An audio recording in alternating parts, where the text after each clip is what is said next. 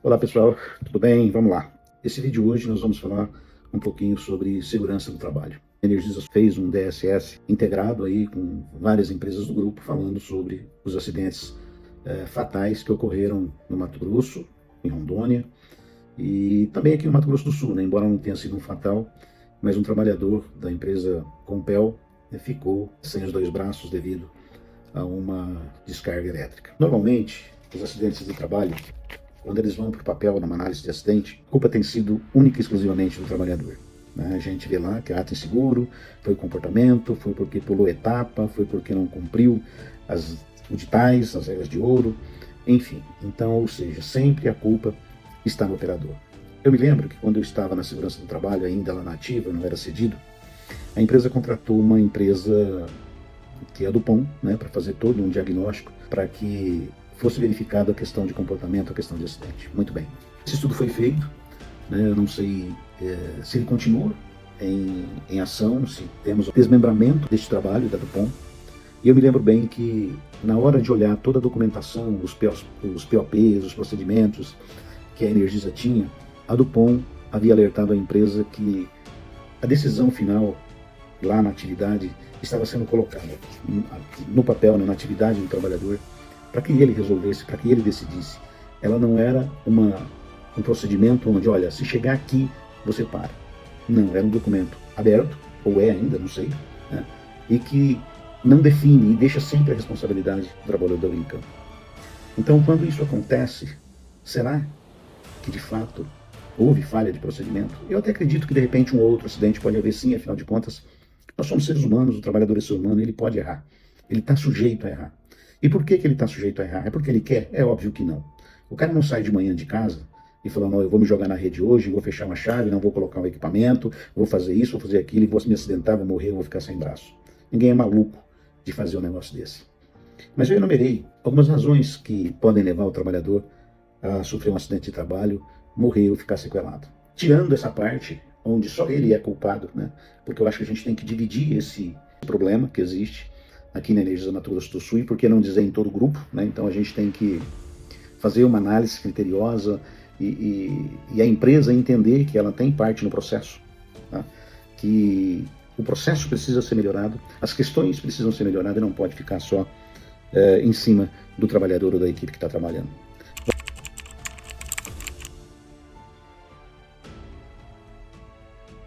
Vocês acreditam que pressão por resultado, como nós temos vivido hoje, como nós temos presenciado e temos recebido reclamações dos trabalhadores, não é uma possível causa de acidente? Será que eu não esqueço de fazer um procedimento porque tem alguém no telefone ou tem alguém no rádio me pressão para estabelecer uma linha? Principalmente quando essa linha é de alguém importante na cidade ou de um órgão importante na cidade, onde tem um político de repente envolvido na cidade, né, onde tem uma rede que já está com problema, não pode se perder aquela rede, não pode se perder aquele indicador, e há uma pressão para todo mundo. Chega relatos que às vezes tem um determinado defeito numa linha e são deslocados para lá 5, 6 equipes para verificar o mesmo defeito, eles acabam se esbarrando uma pela outra. E será que isso não é causa de acidente de trabalho?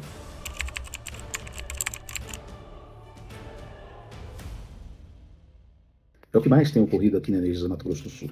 As pessoas estão exaustas, nós estamos no final do ano, nós estamos num momento crítico, problema climático, que não temos mais o dia que é chuva, o dia que é sol, o dia que é calor, que é frio, que vai vir tempestade, que vai vir vento.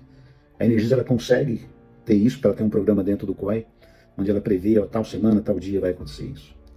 E essas pessoas, esses trabalhadores estão ficando de sobreaviso ou até de uma tal de escala de chamada, onde você não pode ter mais folga, onde você fica à disposição da empresa 24 horas por dia. Mas será que isso não é uma causa de acidente de trabalho? Será que eu estou descansado? Será que a minha mente está tranquila? Será que o aniversário do meu filho, aniversário do casamento, aniversário da minha esposa, as férias que eu programei, o passeio no final de semana que eu programei, será que isso não... Como é que eu estou psicologicamente? Como é que o trabalhador está psicologicamente? Quando você é obrigado a prolongar a sua jornada e você já está exausto. Ah, mas tem o direito de recusa. Quando que ele é respeitado? Ele é muito bem escrito na NR1 e lá no Código de Ética da empresa. E foi colocado em mesa esses dias atrás. Ah, o trabalhador tem direito de recusa. Não, não tem direito de recusa. Ele não pode recusar, porque se ele recusar, ele começa a entrar na lista para ser demitido. Embora as demissões aconteçam todo mês, o trabalhador, com medo e pressionado, acaba indo trabalhar de uma forma doente, revoltado, cansado física e mentalmente. Será que isso não leva um trabalhador a pular um procedimento e a ocorrer um acidente de trabalho? Vocês já pensaram nisso? Será que a empresa está preocupada com essas pessoas? A família, que é tão importante, será que esse trabalhador está tendo tempo para a família? Eu acredito que não, diante das inúmeras reclamações que a gente tem recebido da Energisa Mato Grosso do Sul. Ninguém está tendo folga, ninguém está tendo tempo de respirar. Nem férias ele pode tirar quando ele quer.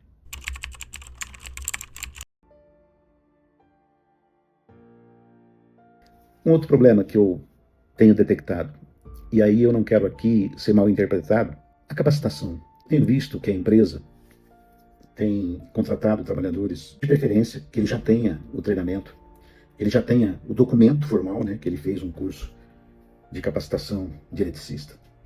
E todos nós sabemos, a Energisa sabe, e qualquer um no setor elétrico sabe, qualquer um aqui no Mato Grosso do Sul sabe, que um comã de 40 dias, 50 dias, 60 dias, ele não é suficiente para colocar um trabalhador em risco numa rede. É uma capacitação ineficiente, sim. E ela se torna mais ainda quando você coloca este trabalhador junto com o outro também, que acabou de fazer uma capacitação ou teve uma capacitação ineficiente. Eu nem digo da questão didática do treinamento, não. Não digo isso. Eu digo do tempo.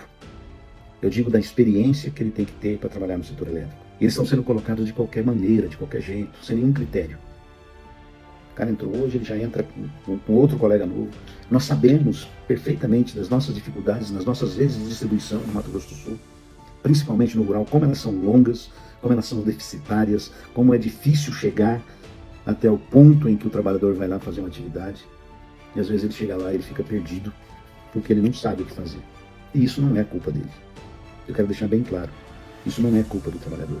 Isso é culpa de vocês que contratam e que simplesmente colocam o trabalhador em risco, porque tem que ir, tem que fazer. Ah, ele tem um curso de eletricista, ele está apto, ele está capacitado. Não é bem assim e nós sabemos disso. Então, gostaria de deixar essa reflexão aqui, principalmente para a Energisa. Vamos capacitar melhor, vamos dar condições melhores de trabalho para o pessoal, vamos dar as folgas, o DSR, as 11 horas intervaladas, vamos respeitar isso, gente, pelo amor de Deus. Aqui nós tivemos um acidente onde o trabalhador da Compel ficou sem os dois braços. Se não me engano, ele tem 35 anos de idade. Qual será o próximo? Nós não terminamos o ano ainda, estamos quase terminando, num sufoco danado. Muito serviço, muita pressão.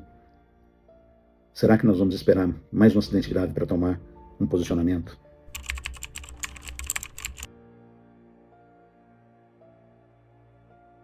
Um outro ponto que eu acho que a Energisa precisava ter um olhar clínico para isso.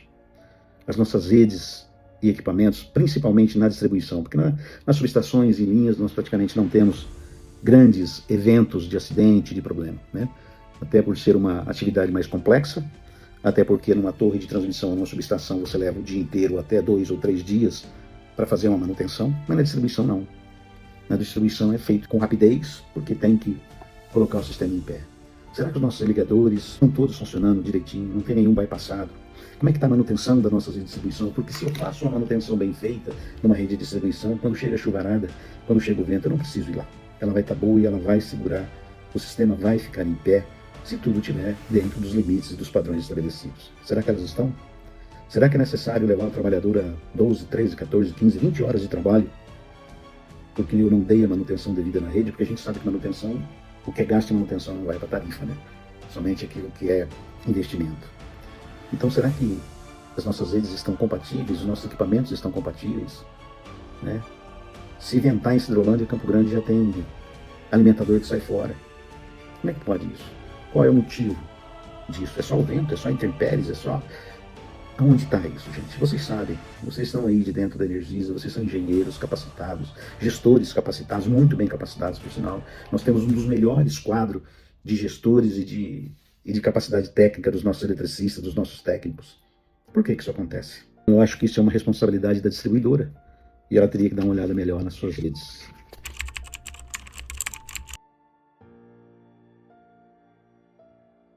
A gente sabe das dificuldades do pessoal de campo, e eu como técnico de segurança do trabalho também, que fiquei muitos anos aí na ativa na Energisa, Trabalhei também como eletricista. E quem está numa sala no ar-condicionado não tem condições de avaliar o que esses meninos passam em campo. E outra coisa importante que nós estamos debatendo com a Energisa agora no acordo coletivo de trabalho, desde o atendente até o mais alto escalão da empresa, em termos de trabalhadores que são regidos pela CLT, eles precisavam ser bem remunerados, né? A gente precisava de um ganho real no salário, um ganho real no ticket, a gente precisava de um aumento no nosso funcional, aí do auxílio farmácia. O salário é outro problema gravíssimo. É impossível com R$ 1.900 um trabalhador sobreviver e pagar suas contas e ainda colocar sua vida em risco. Será que eu saio da minha casa com dívida? Eu deixei um filho doente, a esposa doente, algum ente querido doente, e eu sou obrigado a sair de casa para ir trabalhar, e eu não sou recompensado financeiramente. Será que isso não é uma causa de acidente, Energisa?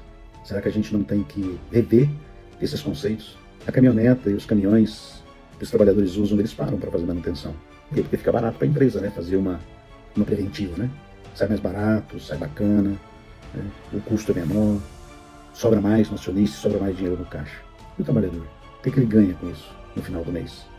Onde horas vão para o banco de horas, que vocês querem mexer, pagamento pífio, né? Baixo, salários baixos, que nós já levamos para a mesa de negociação pedindo aumento salarial de fato, não meritocracia, mas de fato, para o pessoal todo do Grupo Energisa, para todas as funções.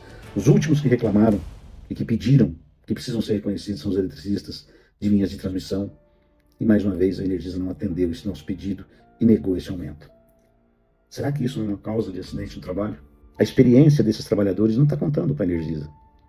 Ela tem a sua meta estabelecida, ela tem lá já os critérios para demissão mês a mês, ela vai cumprir isso, a experiência, e o que esses trabalhadores fazem em campo é coisa de maluco para restabelecer o sistema e não são reconhecidos. Será que isso não é uma causa dos acidentes?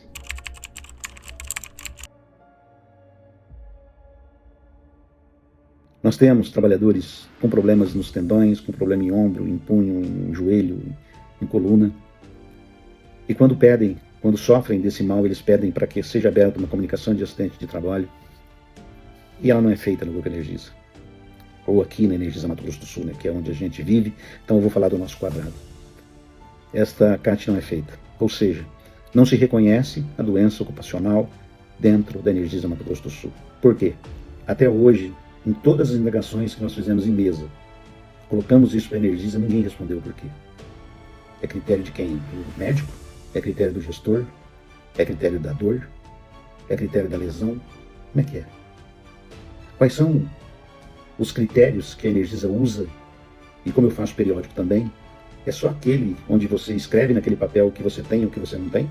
E quando você coloca você é respeitado, aquele papel é visto dentro do serviço médico para que esse trabalhador seja avaliado com essa doença? Isso é visto? Isso é tratado? Né? Só ver também não adianta, tem que ser tratado. Os trabalhadores não adoecem porque querem. Com 20 horas de trabalho, 365 dias por ano, 7 dias por semana, é impossível o cara não ficar doente, né, gente? Principalmente pegando peso, cortando árvore, trocando cruzeta, batendo chave, erguendo escada, fazendo manutenção. É impossível esses trabalhadores não ficarem doentes. Quem não está vai ficar. Cadê o plano? Cadê o trabalho ergonômico? Que lá atrás a Dupont identificou que seria necessário. O que foi feito até então? A atividade continua igual, nós continuamos tendo escada, quando talvez um cesto aéreo em todos os carros seria talvez amenizar um pouquinho a dor e o esforço que o trabalhador faz. Aonde que está isso? Por que não são abertas essas CATs se os médicos sabem que é da função? Nós, como sindicato, nós temos feito a nossa parte. Nós temos acolhido esses trabalhadores aqui, nós temos aberto essas CATs, nós temos pago para que ele faça as suas perícias médicas, e nós temos indo para o judiciário, que é o caminho que a gente tem, uma vez que administrativamente a gente não consegue evoluir com a Energisa. Porque acidente de trabalho não deve ter, né? Porque tem a questão do seguro, que aumenta, né? Lá, aquela parcelinha que ela vai para o INSS. E tem aí o famigerado, né? Prêmios que a empresa quer ganhar porque não tem acidente de trabalho. Isso é uma farsa, isso é uma mentira, porque está cheio de acidente através das doenças ocupacionais também, que é considerado como acidente de trabalho. Por que isso não é registrado? Por que isso não é registrado, Energisa? Eu gostaria de entender isso. Os exames, os laudos estão aí, os trabalhadores apresentam para o médico do trabalho. Por que vocês não reconhecem isso? Qual o problema? É mostrar que a vida das pessoas é importante para a Energisa, que o valor de segurança é fantástico, é maravilhoso, que nós temos tantos dias sem acidente de trabalho. Que mentira, né? Que farsa. Lamentavelmente. Eu, como profissional da área de segurança, agora não estou nem falando como dirigente sindical ou presidente do Sinergia Mato Grosso do Sul, mas para mim é definitivamente uma vergonha. Não reconhecer uma doença mental, que afinal de contas, é você mesmo que adoece a energia. É você mesmo que está trazendo esses problemas para os seus trabalhadores. Nós temos vários casos. No momento oportuno, que não é agora, nós vamos usar relatos e vídeos que nós já temos com esposas e com trabalhadores que sofreram síndrome de Burnout, que sofreram assédio dentro da empresa. Isso não é acidente de trabalho, isso não causa um acidente de trabalho, isso não é uma doença ocupacional. Vocês sabem, Energisa, que nós temos uma ação do Ministério Público do Trabalho, onde nós estamos provando, através das cartas abertas pelo sindicato, através da investigação do Ministério Público do Trabalho, que tudo isso, todos os papéis, né, que vocês apresentaram lá, eu sei que tem PGR, PPRA, PCMSO, eu sei de todos esses programas que a empresa faz, porque o papel aceita tudo, e a prática, e o respeito a esses trabalhadores, onde é que estão?